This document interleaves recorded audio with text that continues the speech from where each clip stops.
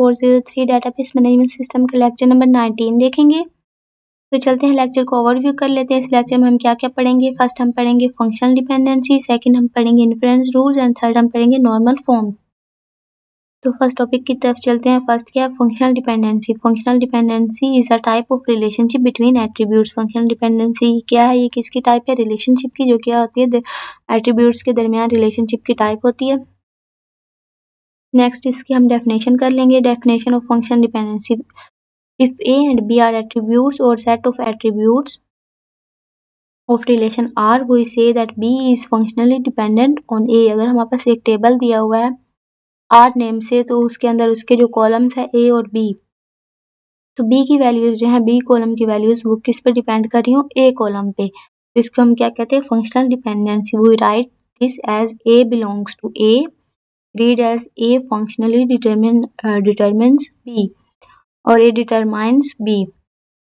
इसका क्या मतलब है, जैसे हमारे पास एक टेबल दिया हुआ R, उसमें हमने दो कॉलम लिए, ए नाम से और बी नाम से। तो ए वाले कॉलम में हमने क्या राइट कर दिया, आईडी, और बी वाले कॉलम में हमने क्या लिख दिया, नेम। तो नेम का आईडी जो है वो क्या है, ए वाले कॉलम में।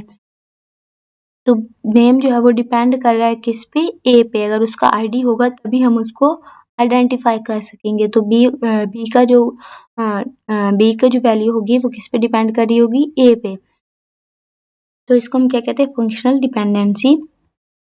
बी जो होगा वो डिपेंडेंट होगा और ए जो होगा वो क्या होगा, डिटर्मिनेंट। ए जो है ये डिटर्मिनेंट है बी के। तो इसको हम आगे, इसका एक एमसीक्यू दिया हुआ है, important MCQ. Attribute of set of attributes on left side are called determinant. हमारे पास जो लेफ्ट साइड में जो एट्रीब्यूट्स होंगे उनको हम क्या कहेंगे, डिटर्मिनेंट।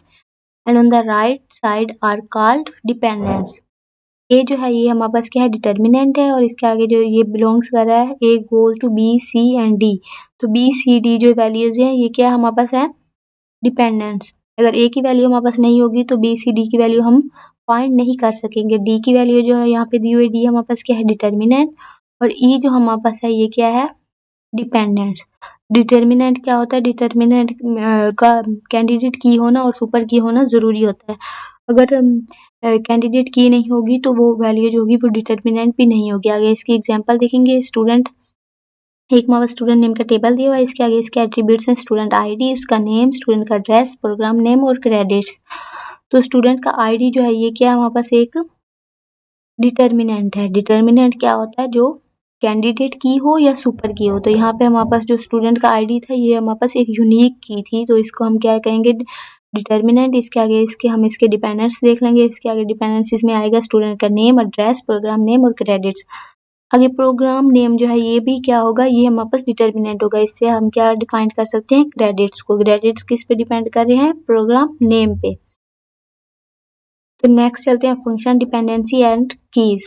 फंक्शन डिपेंडेंसी क्या है, we can determine the keys of a relation after seeing its functional dependency. Functional dependency को देखते हुए हम क्या करते हैं, कीज को डिफाइन कर सकते हैं। सुपर की हमारे पास क्या है, एक एट्रीब्यूट है और a set of attributes that identifies the entity uniquely. जो हमारे पास यूनिक एंटिटी होती है उसको हम क्या कहते हैं, सुपर की कहते हैं। सुपर की क्या होती है, एक ये तो एट्रीब्यूट होता है या फिर सेट ऑफ एट्रीब्यूट्स, ये ज्यादा एट्रीब्यूट्स मिलके क्या बनाते हैं, सुपर की। और सुपर की में एंटिटी का होना क्या, यूनिक जो होना जरूरी होता है। नेक्स्ट हम चलेंगे function dependency help to identify keys. Function dependency जो होती है ये क्या करती है, आइडेंटिफाई कीज को आइडेंटिफाई करने में हेल्प करती हैं। एम्प्लॉय का हमने फर्स्ट हम लिया एम्प्लॉय नाम का हमने टेबल बनाया, उसमें हमने उसके एट्रीब्यूट्स राइट किए, एम्प्लॉय का आईडी, एम्प्लॉय का नेम, एम्प्लॉय का एड्रेस, एम्प्लॉय का डिपार्टमेंट, प्रोग्राम आईडी और प्रोग्राम सैलरी। तो हम इसमें आइडेंटिफाई करेंगे डिटर्मिनेंट। डिटर्मिनेंट क्या होगा, एम्प्लॉय का आईडी। एम्प्लॉय का आईडी हमारे पास क्या है, एक सुपर की है, यूनिक की है। ये किसी और का, एक एम्प्लॉय का आईडी दूसरे एम्प्लॉय का आईडी नहीं हो सकता। तो इसको हम क्या करेंगे, डिटर्मिनेंट के तौर पे ले लेंगे। इसके आगे ये बिलोंग्स किसको करें, एम्प्लॉय के नेम को, एड्रेस को, डिपार्टमेंट को। ये एम्प्लॉय का नेम, एड्रेस, एम्प्लॉय का डिपार्टमेंट, ये किस पे डिपेंड कर रहे हैं, एम्प्लॉय के आईडी को। तो एम्प्लॉय का आईडी जो है ये क्या है, डिटर्मिनेंट। और ये नेक्स्ट जो दिए हुए हैं एम्प्लॉय का नेम वगैरह ये क्या है, डिपेंडेंट्स। आगे हम लेंगे प्रोग्राम आईडी को भी डिटर्मिनेंट के तौर पर। तो इसके आगे ये किस पे, ये डिटर्मिनेंट जो है, प्रोग्राम सैलरी जो है ये किस पे डिपेंड कर रहा है, प्रोग्राम आईडी पे। नेक्स्ट चलते हैं इन्फ्रेंस रूल्स। इन्फ्रेंस रूल्स क्या होते हैं? Inference rules of inference for functional dependency. ये हमारे पास एक इंपॉर्टेंट एमसीक्यू दिया है कि इन्फ्रेंस रूल जो फंक्शनल डिपेंडेंसीज के लिए होते हैं उनको हम क्या कहते हैं? कॉल्ड इन्फ्रेंस एक्सियम्स और आर्मस्ट्रॉन्ग एक्सियम्स। इसको हम क्या कहते हैं? इन्फ्रेंस एक्सियम्स कहते हैं या फिर आर्मस्ट्रॉन्ग एक्सियम्स कहते हैं।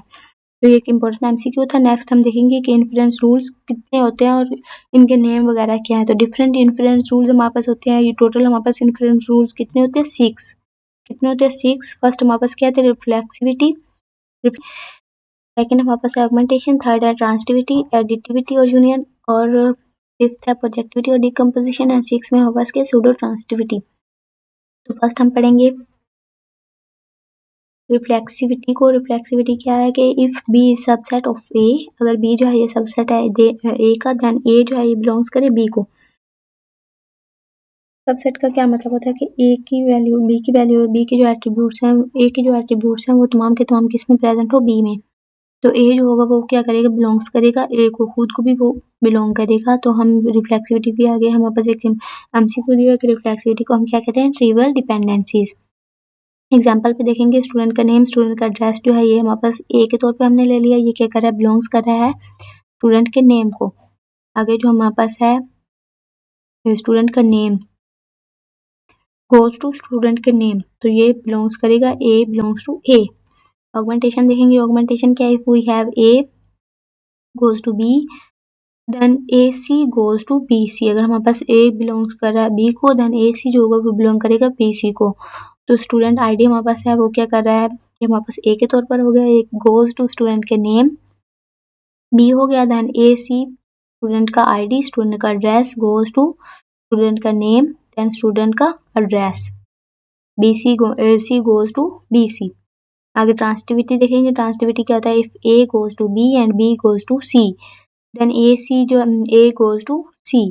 अगर ए बिलोंग करा बी को एंड बी बिलोंग करा सी को, तो ए क्या करे? बिलोंग को किसको? सी को। If student ID belongs to program name and program name belongs to credits, then student का आईडी जो है ये बिलोंग करे क्रेडिट्स को। एडिटिविटी और यूनियन देखेंगे। एडिटिविटी क्या है? एडिटिविटी का मतलब ये है कि हमने इकट्ठा करके लिख देना है, ऐड कर देना है। Additivity add. यूनियन का मतलब भी इकट्ठा करना होता है। If A belongs to B and A belongs to C, then हम क्या करेंगे? ए को क्या करेगा? बिलोंग करेगा बी सी को, बी और सी को इकट्ठा करके लिख देंगे। प्रोजेक्टिविटी और डिकम्पोजिशन देखेंगे। प्रोजेक्टिविटी में क्या होता है कि इफ ए बिलोंग कर रहा है बी सी को, देन ए बिलोंग करेगा बी को एंड ए बिलोंग करेगा सी को। डिकम्पोजिशन का क्या मतलब है कि हमने तोड़ फोड़ के लिख देना है। यूनियन में हमने क्या किया था? बी सी को इकट्ठा करके लिखा था, और डिकम्पोजिशन में हम क्या करेंगे? बी और सी को अलग अलग लिखेंगे। ए बिलोंग करेगा बी को अलग से और ए बिलोंग करेगा सी को अलग से। सूडो ट्रांसिटिविटी देखेंगे। सूडो ट्रांसिटिविटी में क्या, इसका क्या मतलब है कि इफ ए बिलोंग कर रहा है बी को एंड सी भी बिलोंग कर रहा है डी को, देन ए और सी जो है ये इकट्ठा मिलके किसको बिलोंग करे? डी को। ओके, आगे चलते हैं नॉर्मल फॉर्म्स की तरफ। नॉर्मल फॉर्म्स कहते हैं there are two goals of normalization process. Normalization process के कितने गोल्स हैं? 2 गोल्स। फर्स्ट क्या होता है? Eliminate redundant data. रिडंडेंट का मतलब क्या होता है? डुप्लीकेट। अगर हमारे पास डुप्लीसिटी हो रही है डाटा की एक टेबल में, तो उसको हम क्या करें? एलिमिनेट करें। अगर हमारे पास जो हमने डाटा स्टोर किया है, अगर हमने एक नेम को बार बार राइट कर दिया है, तो नॉर्मल फॉर्म का मतलब ये है कि इसको एक नेम को सिर्फ एक ही बार में राइट करे, बार बार रिपीटेड डाटा को एलिमिनेट कर दे। और नेक्स्ट इसका क्या है? इसका गोल क्या है? इंश्योर करना data dependency make sense. Data dependency जो है ये क्या करे? एक सेंस बयान करे। जो हमने डाटा स्टोर किया है वो क्या हो? रिलेटेड डाटा हो। अगर हमने एक स्टूडेंट का डाटा स्टोर किया, उसमें स्टूडेंट के डाटा में हमने एम्प्लॉय का डाटा भी स्टोर कर दिया, तो ये इररिलेटेड डाटा हो गया। वो एम्प्लॉय का डाटा एम्प्लॉय वाले टेबल में स्टोर करना है, ना कि स्टूडेंट वाले में। तो ये क्या है? इसका क्या मतलब है कि हमने सिर्फ रिलेटेड डाटा को ही स्टोर करना है। नेक्स्ट हम देखेंगे नॉर्मल फॉर्म की टाइप्स। फर्स्ट हमारे पास है first normal form. First normal form क्या होती है? Relation is in first normal form if and only if every attribute is single valued for each tuple. इसका क्या मतलब है कि हमारे पास एक टेबल अगर दिया हुआ है, उसमें हमने रिपीटेड रोज हमारे पास हो रही है। जैसे ये स्टूडेंट के आईडी में ये वाला आईडी दिया हुआ है, इसके आगे इसके बुक आईडी में हमने 2 बार, एक स्टूडेंट है उसकी बुक आईडी जो है हमारे पास 2 आईडीज हैं, और उसको हमने क्या कर दिया? एक ही रो में लिखा हुआ है। एक ही रो में अगर 2 बार लिखी हुई आ रही है स्टूडेंट का बुक का आईडी, तो हम उसे क्या करेंगे? उसे सिंगल सिंगल रो में लिखेंगे ना कि डबल में। तो हमने इसको क्या कर लिया है, इसको अलग अलग कर लिया। इस बुक आईडी को हमने पहले एक रो बना लिया, फिर नेक्स्ट रो दूसरे बुक आईडी के लिए बना लिया। तो इसका क्या मतलब है, फर्स्ट नॉर्मल फॉर्म का यही मतलब होता है कि हमने रिपीटेड डाटा को अलग अलग करके लिखना है। ओके स्टूडेंट्स, ये लेक्चर सिर्फ इतना ही था। अगर आपको वीडियो अच्छी लगी तो मेरे चैनल को सब्सक्राइब कर दें, वीडियो को लाइक कर दें। Thank you so much. अल्लाह हाफिज़।